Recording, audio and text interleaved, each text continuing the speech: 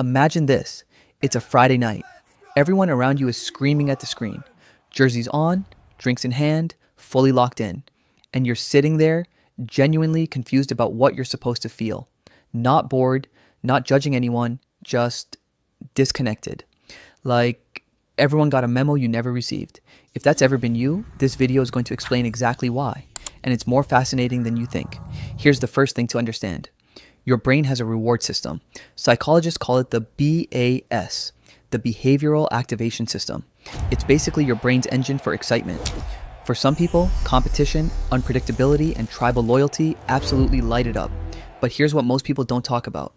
That same system responds differently in different minds. For you, sports might register as just noise. Not because something is wrong with you, but because your brain's reward circuitry is calibrated for something else entirely. Maybe it's ideas, music, building things, understanding people. Psychologist Hans Eysenck spent decades studying this.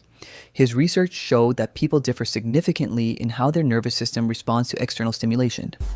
Some brains crave high arousal environments, loud stadiums, unpredictable outcomes. Others are already running at a higher internal baseline.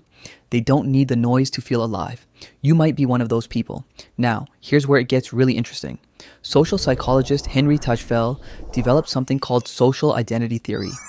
The idea is simple but powerful. Humans naturally sort themselves into groups, and those groups become part of who we are. Sports teams are one of the most powerful group identity tools ever created. The jersey, the chant, the shared heartbreak of a last-minute loss, it creates a sense of us, and that feeling of belonging is deeply human. But not everyone builds their identity through groups. Some people, often the more introspective, independent types, form their sense of self through inner experience, through what they think, what they create, what they believe. For them, attaching identity to a team's win or loss can feel genuinely strange, almost arbitrary. It's not coldness, it's just a different architecture of self. There's also a simpler explanation that psychology backs up completely. Interests are largely built in childhood.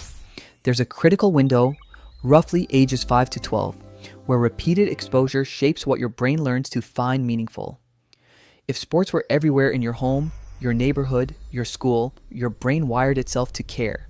But if they weren't, that wiring never happened, and as an adult, you're not missing something.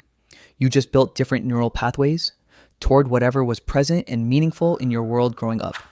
You didn't choose indifference. Your environment shaped it before you were old enough to decide. Here's something that might resonate deeply if you're an overthinker or a highly sensitive person. Sports are emotionally chaotic. The highs are high, the lows are brutal, and crucially, you have zero control over the outcome. Research in emotional regulation shows that some individuals have a naturally lower tolerance for that kind of emotional unpredictability, and especially when it's tied to something external they can't influence. For these people, sports fandom doesn't feel exciting. It feels draining. Why invest emotionally in something you can't affect? This isn't avoidance, it's actually a sign of emotional intelligence, a preference for investing energy where it means something and where it goes somewhere. So, what does your disinterest in sports actually say about you? It says your brain has a different reward map.